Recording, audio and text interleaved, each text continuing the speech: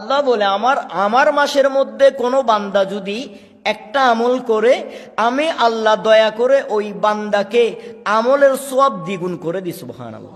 কার মাস?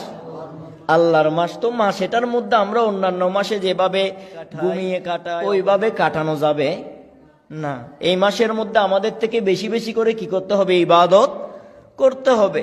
আর আমরা নবীর উম্মত, শ্রেষ্ঠ নবীর শ্রেষ্ঠ উম্মত, আবার আল্লাহর শ্রেষ্ঠ সৃষ্টি। আর আমরা কেমনে রজব মাসে ঘুমাবো? সেজন্য আমরা রজব মাসে মেরাজের রাতে আমরা বেশি করে করে মিলাদ করব, বেশি করে করে নফল নামাজ পড়বো। হয়ে যায় তখন তোমার জন্য যে হালাল ব্যবসা ছিল সেটাও হারাম হয়ে গেল। মানে আজান হওয়ার সাথে সাথে ব্যবসাতে তালা মারি, আগে কোথায় আসো? মসজিদে আসো। এখন অনেকে বলে শুধু আল্লাহরে রাখিলেও পুনা দুনিয়া দাঁড়িয়ে গরম ফরিভূত হয় না? হয়। নাউজুবিল্লাহ। হন না কেন ডর করি? অথচ আমার আল্লাহ রাব্বুল আলামিন কুরআনুল কারীম ফুরকানুল হামিদের মধ্যে ওই বান্দাগুলার জবাব দেয়, যেই বান্দাগুলা বলে আগে ব্যবসা বাণিজ্য করে পরে নামাজ পড়া যাবে, আগে ব্যবসা বাণিজ্য টাকা পয়সায় রোজগার করে পরে নামাজ পড়া যাবে। আমার আল্লাহ ওই বান্দাগুলার জবানে তালা মেরে দেওয়ার জন্য আমার আল্লাহ সূরাতুল জুমুআর মধ্যে কত সুন্দর করে বলেন, ফাইদা কুদিয়াতিস সালাতু ফান্তাশিরু ফিল আরদি ওয়াবতাগু মিন ফাদলিল্লাহ।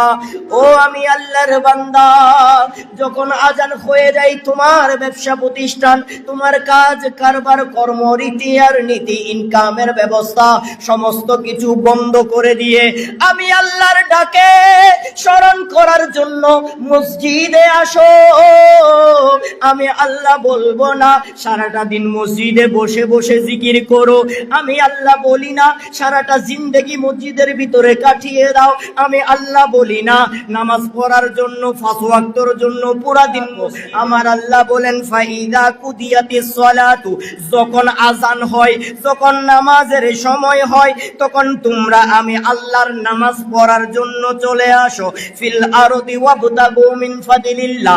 যখন নামাজ শেষ হয়ে যায়, ও আমি আল্লাহর রহমতের বান্দাগুলা শুনে নাও, যখন নামাজ শেষ হয়ে যায় ফান্তাশিরু ফিল আরদ, তোমরা বান্দাগুলা আবার জমিনে ছড়িয়ে পড়ো, মৌমাছির মতো, ভ্রমরের মতো, পাখির মতো।